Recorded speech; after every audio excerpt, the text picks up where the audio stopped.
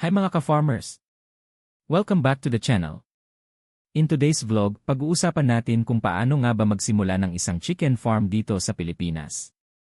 Perfect to para sa mga gustong magsimula ng maliit na negosyo, may backyard space, o yung curious kung paano kumikita ang poultry farming. Isha-share ko sa inyo ang mga basic steps mula sa pagpili ng tamang breed, pag-setup ng poultry house, hanggang sa mga tips kung paano ito mapapalago. Kaya kung interesado kang matuto at magsimula ng sarili mong chicken farm, make sure to watch hanggang dulo. Let's get started. Tukuyin ang iyong mga layunin. Bago ka sumabak sa pag-aalaga ng manok, mahalagang malinaw mo munang maitatag ang iyong mga layunin para sa negosyo. Tanungin mo ang sarili mo, ano ba ang gusto mong makamit sa iyong chicken farm? Mag-aalaga ka ba ng manok para sa karne o para sa itlog? Ang malinaw na layunin ay makakatulong sa iyo na makagawa ng tamang desisyon at makabuo ng planong akma sa iyong direksyon.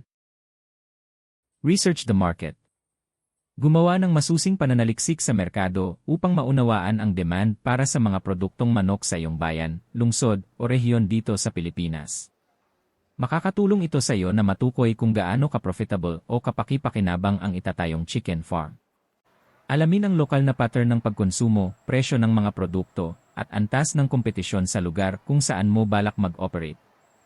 Ang kaalaman na ito ang magiging gabay mo sa paggawa ng mga tamang estratehiya sa negosyo at makakatulong upang makapagdesisyon ka ng may sapat na impormasyon.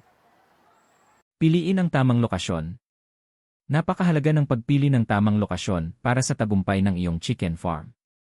Maghanap ng lugar na may angkop na klima, may akses sa kuryente at tubig, at malapit sa iyong target na merkado. Mahalaga rin na may sapat na espasyo para sa mga kulungan ng manok, kainan, at iba pang kinakailangang pasilidad. Kumuha ng mga kailangan permit at lisensya. Bago magsimula ng iyong poultry farm, kailangan mong kumuha ng mga kinakailangang permit at lisensya mula sa mga tamang ahensya ng gobyerno. Kasama rito ang pagpaparehistro ng iyong negosyo, pagkuha ng permit mula sa alkalde, at pagsunod sa mga regulasyon ukol sa kalusugan at kaligtasan. Bisitahin ang inyong lokal na opisina ng gobyerno o mag-seek ng gabay mula sa isang profesional upang matiyak na natutugunan mo ang lahat ng legal na kinakailangan. Makipag-ugnayan sa inyong mga opisyal ng barangay at alamin kung may mga ordinansa ang barangay na may kinalaman sa poultry farming. Mag-setup ng infrastruktura. Kapag nakuha mo na ang mga kinakailangang permit, oras na para mag-setup ng infrastruktura para sa iyong poultry farm, kasama rito ang pagtatayo ng mga bahay ng manok, mga sistema ng pagpapakain at pag-inom, at mga pasilidad para sa pamamahala ng basura. Tiyakin na ang mga bahay ng manok ay may sapat na espasyo, bentilasyon, at proteksyon mula sa mga mandaragit. Pumili ng tamang lahi ng manok. Ang pagpili ng tamang lahi ng manok ay mahalaga para sa tagumpay ng iyong farm. Iba-iba ang mga katangian ng bawat lahi, tulad ng kapasidad sa pag-itlog, produksyon ng karne, at resistensya sa sakit. Isaalang-alang ang mga faktor tulad ng pangangailangan sa lokal na merkado, angkop na klima, at availability ng mga lahi kapag pumipili. Mayroon tayong 10 lahi ng manok. Number 1. Americana Chickens. Ang Americana chickens ay kilala sa kanilang mga asul na itlog at mahusay mag-itlog. Number 2. Black Australorp. Ang mga Black Australorp ay mahusay sa produksyon ng itlog, kaya nila mag-produce higit sa 250 itlog bawat taon. Number 3. Barred Plymouth Rock. Ang mga Barred Plymouth Rock ay mahusay na manok na may 3 gamit, pinahahalagahan para sa itlog, karne, at pagpaparami. Number 4. Buff Orpington. Ang mga Buff Orpington ay kalmado manok at perpekto para sa karne, itlog, at pagpaparami. Number 5. Chinese Silkies. Ang mga Chinese Silkie, na may kakaibang lambot ng balahibo, pinahahalagahan para sa mga pandekorasyon at layunin ng pagpaparami. Number 6. Decal Browns. Ang mga Decal Brown ay mataas mag-itlog na manok. Number 7. Isa White.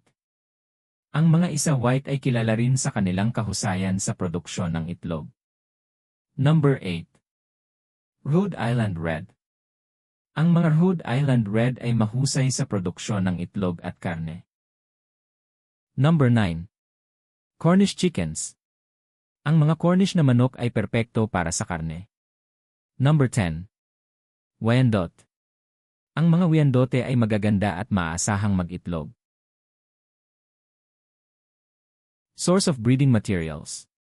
Maghanap ng mga respetadong supplier na nag-aalok ng malusog at walang sakit na mga sisiw, pulet, at cockerel.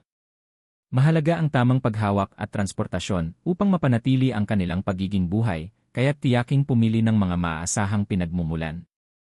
Alamin kung aling pangkat ng edad ang akma sa iyong budget at plano. Bumuo ng feeding program. Mahalaga ang tamang nutrisyon para sa paglaki at kalusugan ng iyong mga manok. Kumonsulta sa isang poultry nutritionist o veterinaryo upang gumawa ng isang feeding program na tumutugon sa partikular na nutritional requirements ng napili mong lahi. Tiyakin ang balanced diet na may tamang kombinasyon ng protina, carbohydrates, bitamina, at mineral. Implement good biosecurity measures. Mahalaga ang pag-iwas sa sakit sa poultry farming. Magpatupad ng biosecurity measures upang protektahan ang iyong mga manok mula sa mga impeksyon at sakit. Kasama rito ang pagkontrol sa pag-access sa farm, pagpapanatili ng kalinisan, pagdidisinpekta ng mga kagamitan, at pagsasanay ng tamang pamamahala ng basura. Mahalaga rin ang regular na pagpapabakuna at health check-ups. Monitor growth and performance. Mahalaga ang tamang nutrisyon para sa paglaki at kalusugan ng iyong mga manok. Kumonsulta sa isang poultry nutritionist o veterinaryo upang gumawa ng isang feeding program na tumutugon sa partikular na nutritional requirements ng napili mong lahi. Tiyakin ang balanced diet na may tamang kombinasyon ng protina, carbohydrates, bitamina, at mineral. Establish marketing channels. Kapag handa na ang iyong mga manok para ibenta, magtaguyod ng mga channel ng pagmemerkado upang maabot ang iyong mga target na customer. Isaalang-alang ang mga lokal na merkado, grocery stores, restaurants, at direktang pagbebenta sa mga mamimili. Magtayo ng mga relasyon sa mga posibleng mamimili at itaguyod ang kalidad at kakaibahan ng iyong mga produkto.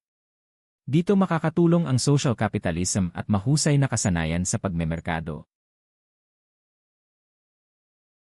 At ayan, mga ka-farmer, natapos na ang ating pagtalakay kung paano magsimula ng chicken farm dito sa Pilipinas. Sana ay marami kayong natutunan at na-inspire na magsimula ng sariling poultry farm. Tandaan, hindi biro ang magtayo ng poultry farm, pero sa tamang kaalaman, pagpaplano, at dedikasyon, siguradong magiging matagumpay ka. Kung may mga katanungan kayo o nais pang malaman, huwag mag-atubiling mag-iwan ng komento sa ibaba. Kung nagustuhan mo ang video na ito, huwag kalimutang mag-like, mag-subscribe, at i-share ito sa mga kakilala mong interesado sa chicken farming. Salamat sa panonood at magkita-kita tayo muli sa susunod na vlog. Hanggang sa muli!